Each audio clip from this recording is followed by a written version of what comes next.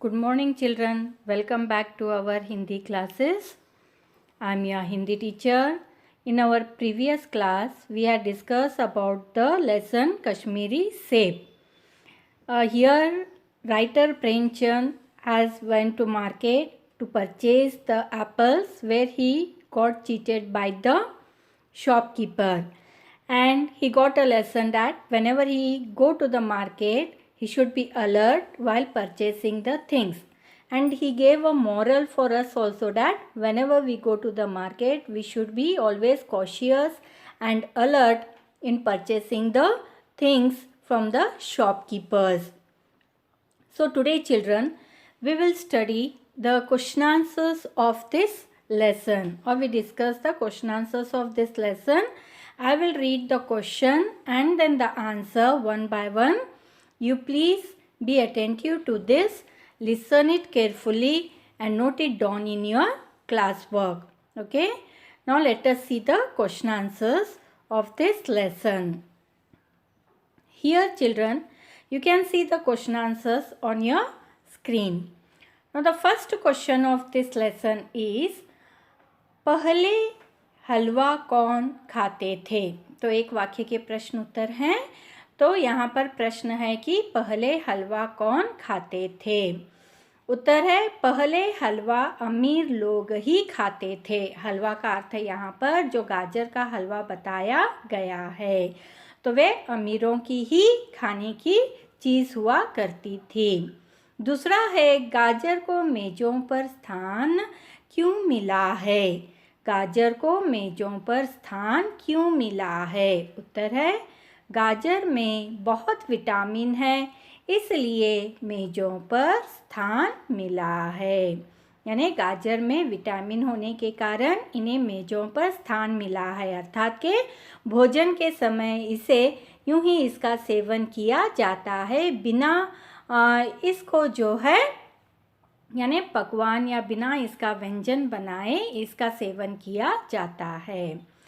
तीसरा प्रश्न है, रोज़ एक सेब खाने से किन की ज़रूरत नहीं रहेगी? There is a saying in English, an apple a day keeps the doctor away. यानी विटामिन से भरे हुए फलों का सेवन करने से या पौष्टिक आहार खाने से हमारा स्वास्थ्य अच्छा रहता है. तो इसीलिए यहाँ पर कहा गया है कि रोज़ एक सेब खाने से किन की ज़रूरत नहीं रहेगी. उत्तर है रोज़ एक सेब खाने से डॉक्टरों की ज़रूरत नहीं रहेगी. रोज़ एक सेब खाने से डॉक्टरों की ज़रूरत नहीं रहेगी. तो ये है हमारे पहले 3 प्रश्न उत्तर. मुझे लगता है कि आपने इसे समझा. तो इस तरह से जो है तीनों में हमने पहले पढ़ा कि गाजर पहले हलवा कौन खाते थे, उसका उत्तर हमने पढ़ा कि अमीर लोग खाते थे. तो गाजर को मेज़ों पर स्थान क्यों मिला है? क्योंकि उसमें विटामिन होने के कारण उसे मेज़ों पर स्थान मिला है. फिर तीसरा प्रश्न हमने पढ़ा कि रोज़ एक सेब खाने से किन की ज़रूरत नहीं रहेगी.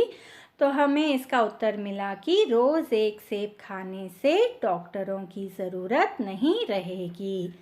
अब आइए बच्चों हम अगले प्रश्न की ओर बढ़ते हैं. तो यहाँ पर चौथा प्रश्न है, डॉक्टर से बचने के लिए हम क्या करने के लिए तैयार रहते हैं? तो डॉक्टरों के पास न जाना हो तो हम क्या करने के लिए तैयार रहते हैं? डॉक्टर से बचने के लिए हम नीम कौड़ी तक खाने के लिए तैयार रहते हैं. नीम कौड़ी का अर्थ होता है बच्चों नीम का फल जो बहुत ही कड़वा होता है. यानी डॉक्टर के पास न जाने के लिए हम इसका सेवन करके बैठते हैं ताकि हम डॉक्टर के पास न जाएं. तो डॉक्टर के से बचने के लिए हम क्या करने के लिए तैयार रहते हैं? हम नीम कौड़ी खाने के लिए तैयार रहते हैं. 5वां है, स्वाद में सेब किस से बढ़कर नहीं है? स्वाद में सेब किस से बढ़कर नहीं है? स्वाद में सेब आम से बढ़कर नहीं है. आमों को तो फलों का राजा कहा जाता है, बहुत ही स्वादिष्ट माना जाता है। लेकिन आम से भी यानी सेब भी जो है आम से बढ़कर नहीं है और ना ही घटकर भी है, यानी सेब भी उतना ही स्वादिष्ट होता है जितना आम। छठा प्रश्न है बच्चों, फल खाने का समय कब है? कहा जाता है कि फल खाने का उचित समय होता है, जैसा कि पाठ में बताया गया। तो फल खाने का समय कब है? तो इस पाठ के अनुसार फल खाने का समय प्रातः काल है। प्रातः काल का अर्थ होता है बच्चे सवेरे, यानी सवेरे फलों का सेवन करना चाहिए, रात के समय फलों का सेवन नहीं किया जाता। तो प्रश्न है बच्चों, फल खाने का समय कब है? तो फल खाने का सही समय प्रातः काल होता है। तो इस तरह से बच्चों हमने 6 प्रश्न उत्तर यहाँ पर देखे, जिससे हमें पता चलता है कि छोटे छोटे यहाँ पर उत्तर, एक वाक्य के प्रश्न उत्तर, जिससे हमें पता चलता है कि छोटा सा भाग इस पाठ का यहाँ पर प्रचलित या यहाँ पर जो है इन प्रश्नों के माध्यम से छोटा सा भाग बताया गया है। अब हम बच्चों देखेंगे अगला प्रश्न। अगला प्रश्न है बच्चों, किस नाम से सेब बेचे जाते हैं? किस नाम से सेब बेचे जाते हैं? सेब तो यूं ही अलग अलग नामों से बेचा जाता है, लेकिन इस पाठ के माध्यम से कश्मीरी के नाम से सेब बेचे जाते हैं। यानी कश्मीर जो है सेब के लिए बहुत ही प्रसिद्ध माना जाता है। सेबों का आगार कहा जाता है। आगार यानी घर या भंडार, यानी जहाँ पर अधिक मात्रा में इसको उपजाया जाता है। तो कश्मीर के नाम से सेब बेचे जाते हैं। अगला प्रश्न है, लेखक से खरीदे गए सेब कैसे थे? तो लेखक ने जो सेब खरीदे थे वे कैसे थे? यहाँ पर एक वाक्य का प्रश्न है, तो संक्षिप्त में ही इसको उत्तर देना होगा। जैसे कि लेखक के से खरीदे गए सेब सड़े हुए थे। लेखक से खरीदे गए सेब सड़े हुए थे। लौंडा कितने सेब लाया? लौंडा का अर्थ होता है बालक, जो दुकानदार के यहाँ काम करता था, तो उसको जो है लौंडा कहकर वह बुलाता है। तो वह कितने सेब ले आता है? लौंडा 4 सेब लाया। तो लौंडा कितने सेब लाया? 4 सेब लाया। अगला प्रश्न है, पहला सेब कैसा था? यानी लेखक द्वारा खरीदा हुआ पहला सेब कैसा था?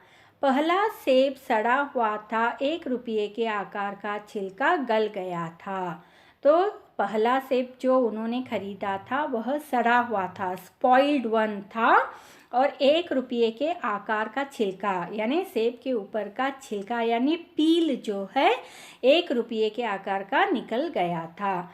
दूसरा सेब कैसा था? दूसरा सेब आधा सड़ा हुआ था। दूसरा सेब आधा सड़ा हुआ था। अब बच्चों अगले प्रश्न की ओर बढ़ते हैं। तीसरा सेब कैसा था? तीसरा सेब एक तरफ दबकर पिचक गया था। तो तीसरा सेब जो है एक तरफ दबकर पिचक गया था। पिचक यानी हम उसको दबाते ही अपनी उंगली अंदर जाती है, इस तरह से स्पॉन्जी यानी पिचक सा गया था।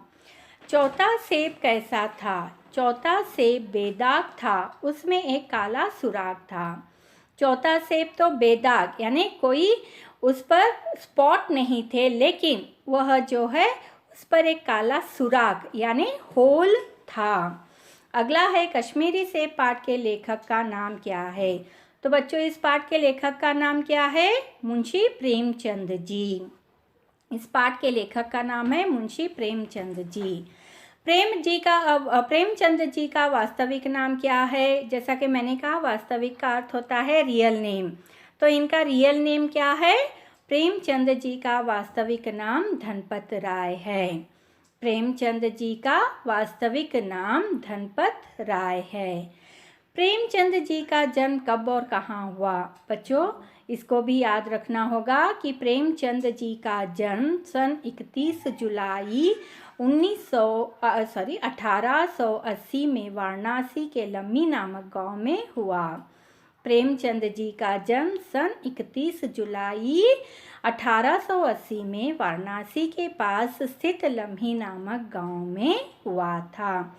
तो इन प्रश्नों में बच्चों हमने देखा कि सेबों की दशा एक के बाद एक कैसी थी, और उसके बाद जो है प्रेमचंद जी का वास्तविक नाम और प्रेमचंद जी का जन्म कब और कहाँ हुआ था, इसके बारे में हमने इन प्रश्नों में देखा। तो आइए बच्चों, अब हम अगले प्रश्न की ओर बढ़ते हैं, जो है हमारा 18th, 19th, 20, 21 and 22 question. Okay children, now let us see this on your screen.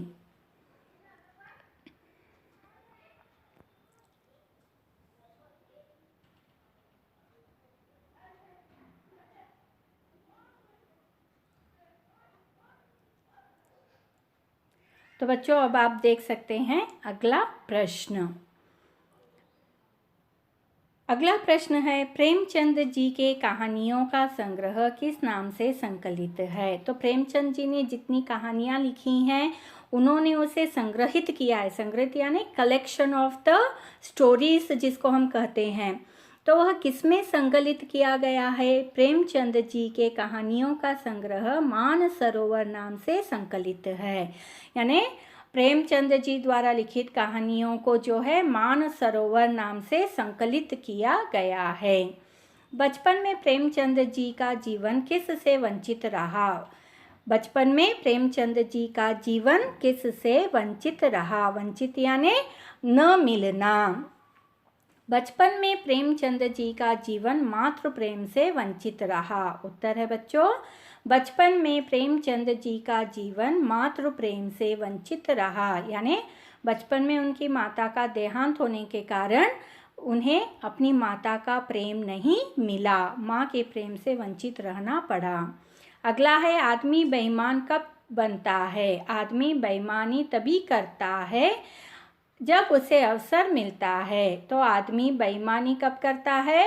आदमी बेईमानी तभी करता है जब उसे अवसर मिलता है। अवसर यानी टाइम, यानी मौका, यानी उसको जब हम अवसर या मौका देते हैं तब वह बेईमानी करता है। अगला है, मोहर्रम के मेले में प्रेमचंद जी ने क्या खरीदा। तो मोहर्रम के मेले में प्रेमचंद जी ने क्या खरीदा। मोहर्रम के मेले में प्रेमचंद जी ने रेवड़ियाँ खरीदी।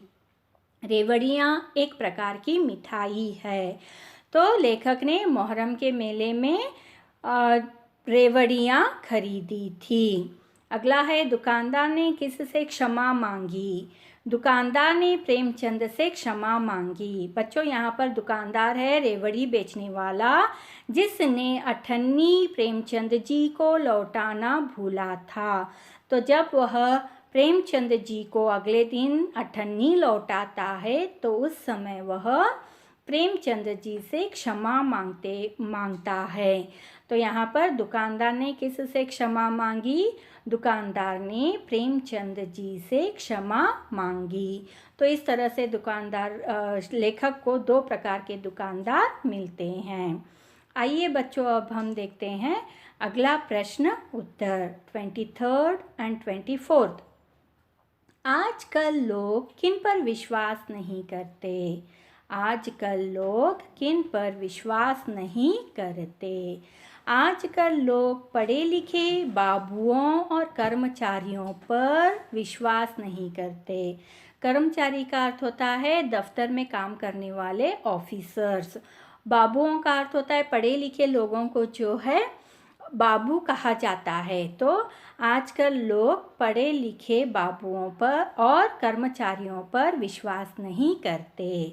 अगला प्रश्न है, प्रेमचंद को चौक में किन मेवा फरोशों की दुकानें दिखाई दी। तो बच्चों बाज़ार में जो है अलग अलग शहर से अलग अलग राज्य से आए हुए लोग जो है व्यापार करते हैं। तो यहाँ पर कोई लोग किसी वस्तु का यानी प्रसिद्ध वस्तुओं का व्यापार करते हैं तो उनको उन्हीं के राज्य, उन्हीं के गांव, उन्हीं के शहर से पहचाना जाता है। तो इसलिए यहाँ पर कहा गया है कि प्रेमचंद को चौक में किन मेवा फरोशों की दुकानें दिखाई दी। प्रेमचंद को चौक में पंजाबी मेवा फरोशों की दुकानें दिखाई दी। तो इस तरह से बच्चों प्रेमचंद जी को चौक में पंजाबी मेवा फरोशों की दुकानें दिखाई दी। तो इस तरह से हमने इन 24 प्रश्न उत्तर का अध्ययन किया। 24 question answers we have red.